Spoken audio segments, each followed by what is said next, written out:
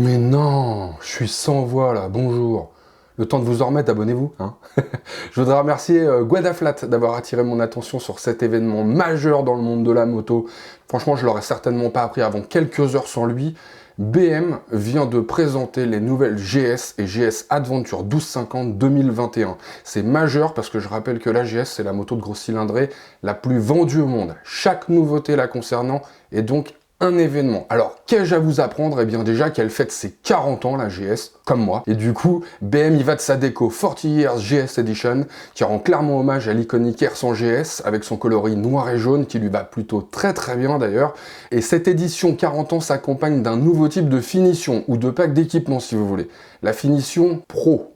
Vous savez que sur les GS, on peut ajouter des packs confort, Touring, Dynamic, Connected, qui portent plutôt bien leur nom d'ailleurs, je vous mets tout dans la description de la vidéo. Eh bien la finition Pro, c'est l'anneau du grand sauron, le pack unique de la GS, le pack qui les réunit tous. Tu coches la case et pan, tu passes du côté obscur. La moto prend 20 kg et 4000 €. Je plaisante. Le tarif des options n'est pas encore connu, contrairement au prix de base, qui n'intéresse personne vu que tout le monde va la prendre en mode j'en peux plus, j'ai les dents du front qui baignent. Mais ce que je sais déjà, c'est que les GS 2021 seront évidemment Euro 5, pas de surprise sachant que dès son lancement, le nouveau flat shift cam était déjà compatible Euro 5. Contrairement à d'autres, ils n'ont pas eu besoin de lui faire prendre 50 cm3 pour conserver ses 136 chevaux.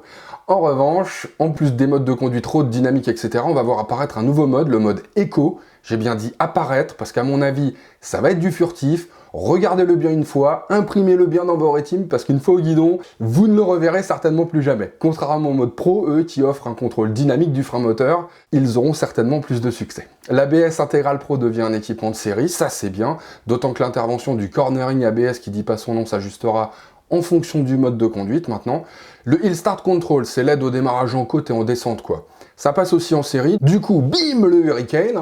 Le Hill Start Control Pro fait son entrée dans le game. Évidemment, il est encore mieux. Enfin, il devrait. Surtout, il a été adapté pour le off-road. Il faut que la côte soit donc de plus de 5% pour qu'il fonctionne. Et il est déconnecté en descente.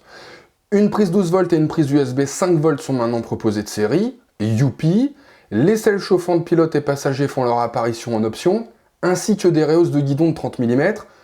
Côté sécurité, un nouvel éclairage adaptatif qui éclaire dans les virages fait son entrée au catalogue des options, et les fonctions Welcome, Goodbye et Follow Me seront bientôt elles aussi dispo en option. Follow Me Home, c'est pas mal, hein. Vous savez, c'est ce truc qui permet de laisser les phares allumés pendant une trentaine de secondes après que vous ayez coupé le contact. Ça permet d'éclairer, je sais pas, la serrure de chez vous, de votre porte d'entrée. On sent que chez BM, on fait pas que de la moto, quoi. Bref, avant de passer au tarif, les couleurs blanc, gris, rallye et triple black sont au programme, en plus du coloris spécifique 40 ans là qu'on a évoqué tout à l'heure.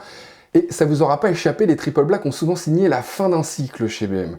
Donc quelque chose me dit que la prochaine fois qu'on reparlera des GS, il y aura du gros changement, de l'hybridation, une petite dose d'autonomie, de l'hydrogène, j'en sais rien, on verra. Question prix, comme d'habitude, ça pique un petit peu les yeux, mais bon, quand on aime, on compte pas, donc les GS 2021 seront proposés pour la modique somme de 18 100 €.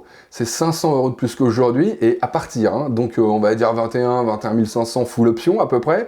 Quant à la GSA, elle fera ses débuts à 19 300 €. On peut donc parier sur un petit 23 000 pour la version full, qui va s'arracher comme des petits pains bien sûr. Vous retrouverez toutes ces infos techniques, le contenu des packs et tutti quanti dans la description. N'oubliez pas de vous abonner, de cliquer sur la petite cloche pour ne rien manquer. La bise et à très bientôt, très bientôt. Tchuss! Ah, la chemise hawaïenne! Ah non, mais ça c'est parce que je pensais que j'étais en week-end, moi les gars. Bah oui. Hein.